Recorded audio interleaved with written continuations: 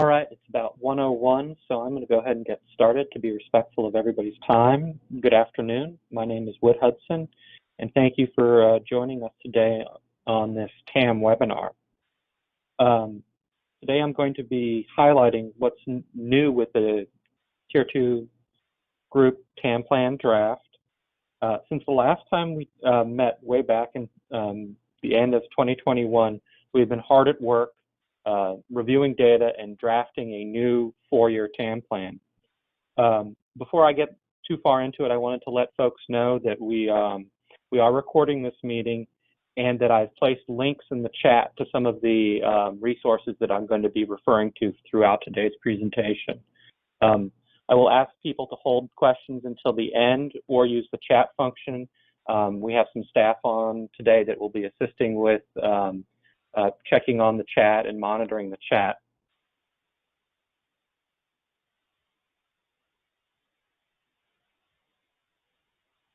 So with that, let's jump into today's presentation. Today's webinar is going to cover the basics of TAM planning requirements, followed by an overview of the revised TAM plan, then a discussion of the next steps in the TAM planning process. And lastly, I'm going to try to do a live demonstration of a new module on our open data portal specifically aimed at TAM data. It has been an interesting week for IT technology, so please bear with me if there are issues with the demonstration. With that, I will quickly run through a refresher regarding the TAM plan background and regulations. What is TAM?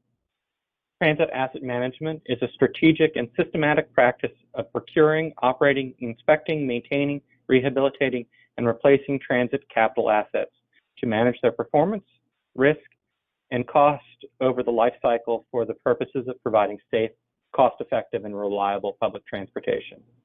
TAM uses transit asset condition to guide how to manage capital assets and prioritize funding to improve and maintain a state of good repair.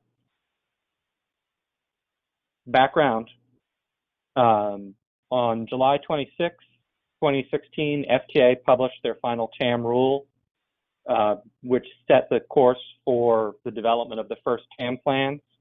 In Virginia, DRPT sponsored a Tier 2 group plan that was approved in 2018.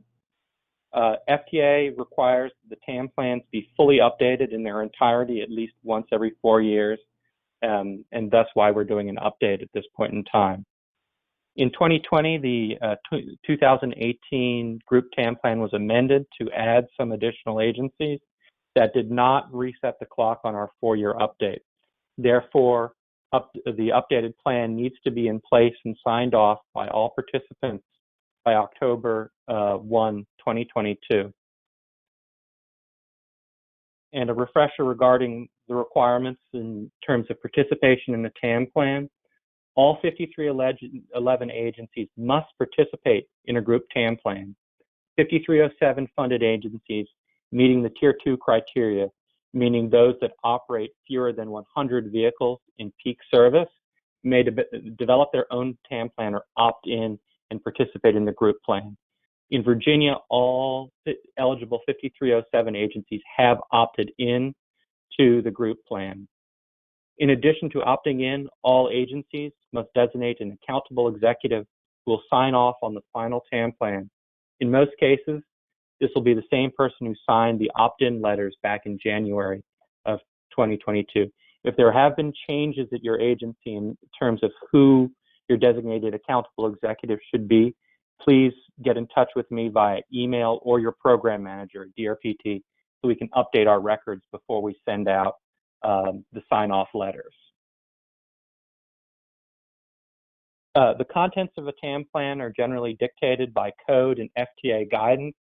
The requirements for a group TAM plan are the items 1 through 4 on this table, which include an asset inventory, which is a register of capital assets and information about those assets.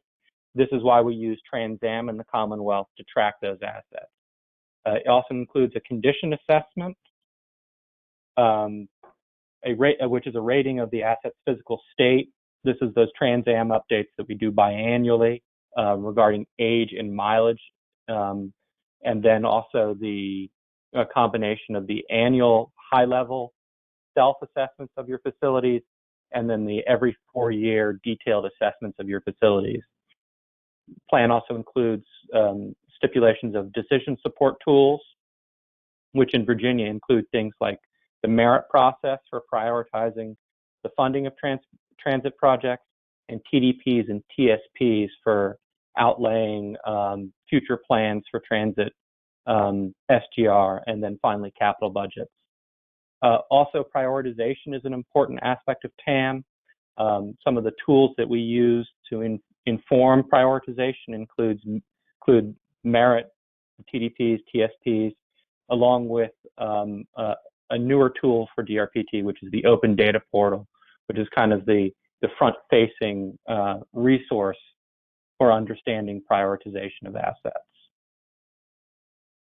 So with the background out of the way, I'm now going to jump into a presentation, the part of the presentation where I outline some of the content that is in the draft plan that is now published on our website. Again, for the folks that might have just joined, there are links to the draft plan in the chat pod.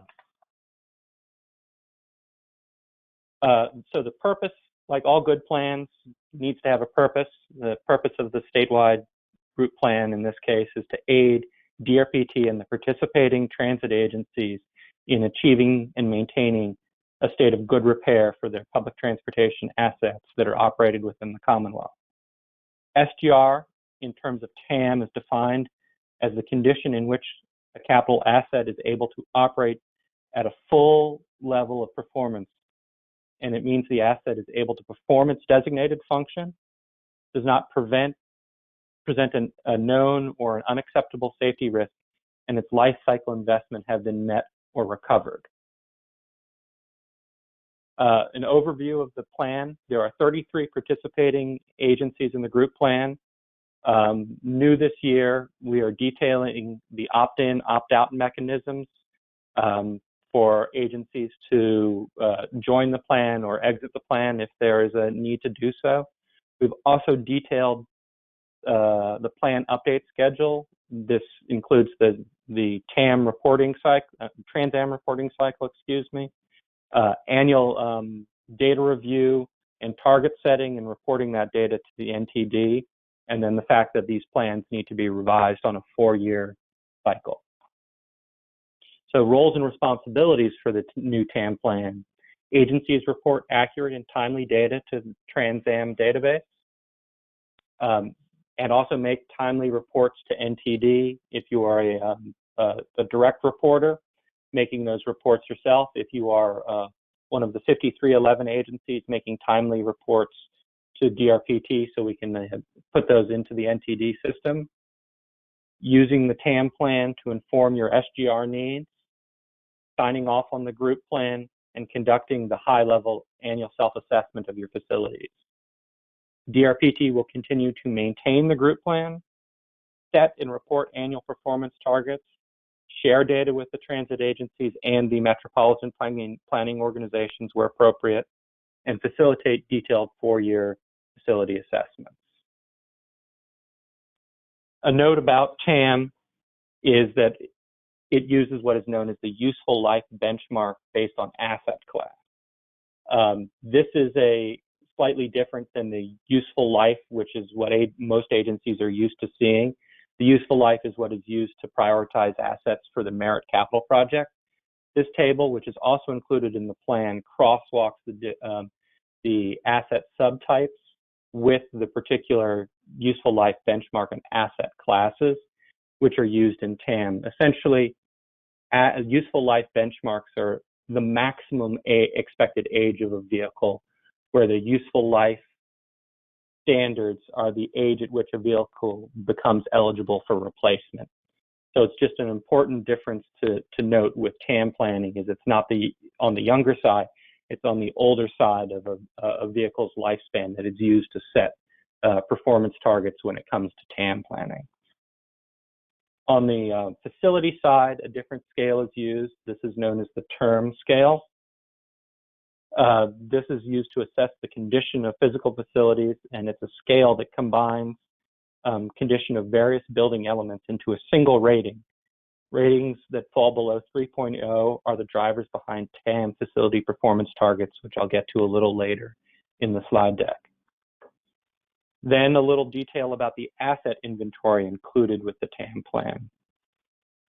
This comes directly from TransAm. Specifically, for the purposes of TAM planning, DRPT uses TransAm data that is extracted during the merit scoring process in January of each year.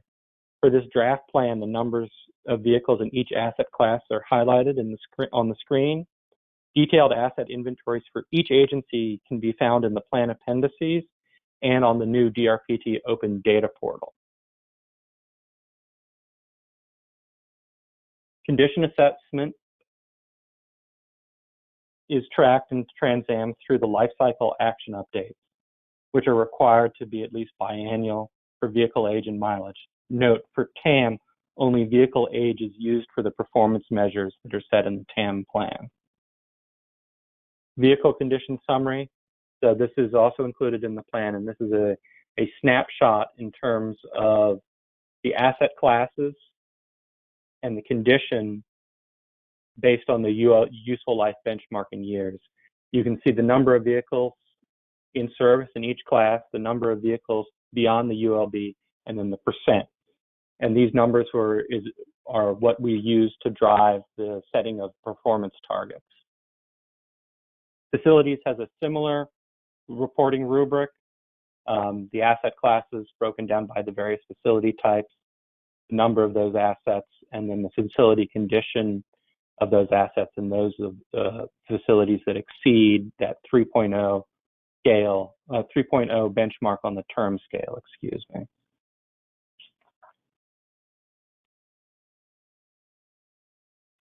In terms of performance targets, that's another key component of the TAM planning process. DRPT, as I mentioned, will review and set TAM performance targets annually using that data extracted from TransAm during the merit process. We will set the targets for each asset class using the useful life benchmarks. And just a summary of kind of where we stand as a whole right now. 16% of inventoried assets have met or exceeded their useful life benchmarks.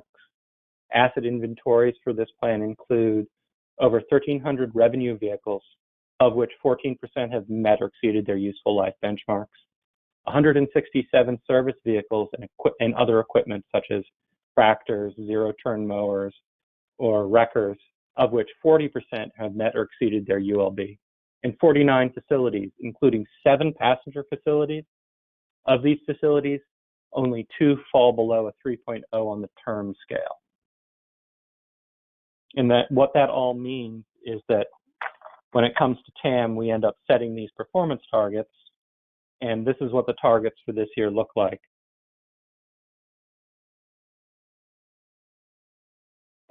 More details in terms of the targets are available in the plan and also online, which allows an individual agency to really see what their progress is in relationship to these performance targets. And at the end of the webinar, as I mentioned, I will try to step into that system. Here are the targets for facilities. These are further summarized online. And finally, rounding things out, the plan includes a discussion of the various decision support tools that support TAM and TAM planning goals. These include our implementation of TransAm, the use of our transit development plans and transit strategic plans, the 5-year capital budgeting process, and the useful life standards for assets, which in the end all results in prioritization, which is a key element of the TAM planning process. For the purposes of TAM, assets have been prioritized based on their age beyond the ULB for vehicles, and those facilities with ratings of less than 3.0 on the term scale. asset prioritization is occurring through the TSP and TDP process and merit, which is highlighted in the section of the plan. Prioritized lists of assets can be accessed also through the open data portal. And lastly, the plan details how we're going to be coordinating with our partners. DRPT is going to continue to coordinate directly with the MPOs where applicable. We will be providing TIP and long-range transportation-related TAM language, providing annual targets, and coordinating with the MPOs to ensure that they have adopted the correct targets into their TAM, TIPs and long-range transportation plans. In terms of record keeping for TAM, the Trans-Am database is our gold standard. DRPT also provides the NTD with information associated with the annual TAM plan target setting, and also reports on a narrative report in terms of interpreting the annual targets. We will be reporting these, we will continue to report these based on our NTD fiscal reporting year, which has us putting the targets in December and January. So if you're an individual NTD reporter, there might be a period of time where you do not see any TAM targets until those are inputted into NTD by DRPT. So next steps in the planning process. As I mentioned early on in the webinar, plans must be approved by participating agencies no later than October 1. In order to meet that deadline, DRPT will be distributing a template letter for sign-off documentation. That letter needs to be signed and returned to DRPT by September 23rd at the latest. I will note that unlike the PTAS, the board action is not required for TAM plan sign-off. DRPT at that point will then coordinate with the MPOs, which starts a 180-day time clock for the MPOs to take action and adopt the TAM targets. Lastly, we will continue to do our NTD reporting and putting the targets into NTD on behalf of the plan participants. So I'm going to pause and see if there's any questions about TAM in general or the draft TAM plan before I switch screens and jump into the portal. If you have a question, I think there is a raise hand function on your control panel, or please use the chat function of the control panel. I can currently see one question. Let me go ahead. Okay. Okay, so Margie Ray of OIPI is using the Advancing TPM FHWA training sessions as the substitute for the NPO quarterly meeting, according to her 8/22 email. It's more of a comment. Okay. Okay, great. Yep. I can coordinate with Margie on additional NPO coordination.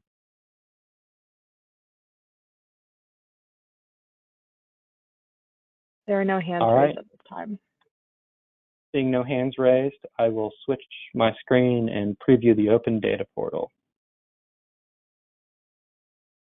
Can I get verification that the web page is now showing up?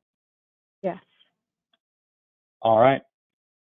So this is the DRPT open data portal. You all might be familiar with this from the rollout of the 6-year improvement plan. The portal now includes some additional resources which can be found kind of down here in this part of the window. We have placed the TAM module in the performance measures section of the site. You can get to it by scrolling down the page to the FY 22 to 25 TAM plan.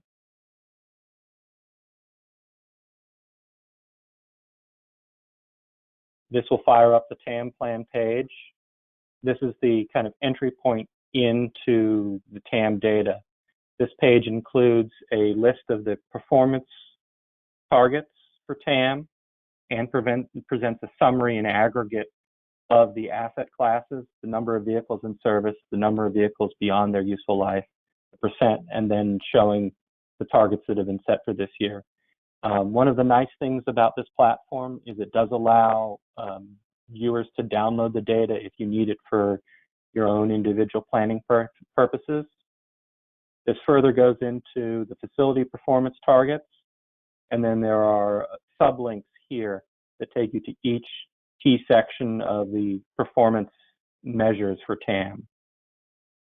So we'll start in revenue vehicles. The Open Data Portal provides a summary of what is included, and then it provides some charts and tables that summarize the data before showing the particular inventory in detail down here. One of the things that is new for this year is the ability to dynamically filter all of this data either based on an agency or an MPO area. So for this demonstration, I'm going to pick Valley Metro. I'm going to hit apply, and now it's going to limit the data sets being shown on this page to the particular agency in question, and then providing a summary of that information. A similar function can be performed for MPOs.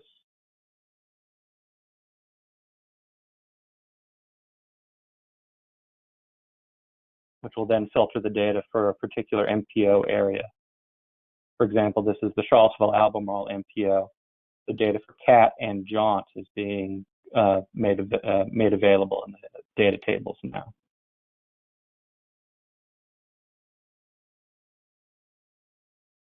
Next is the TAM equipment section of the website. This has very similar functions, allows for agency name filtering, MPO area filtering, summary of the data,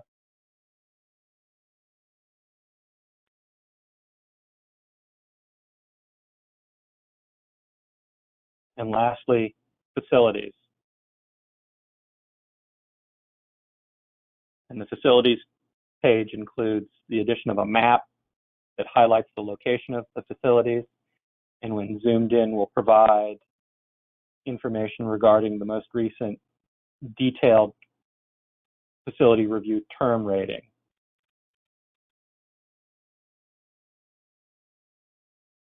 This data is also provided in tabular form below. We're hoping this will be a useful platform, especially for our MPO planning partners as they review and set their performance targets for TAM planning. And that's kind of the Open Data Portal in a nutshell. I will switch back to the PowerPoint presentation and see if there are any additional questions.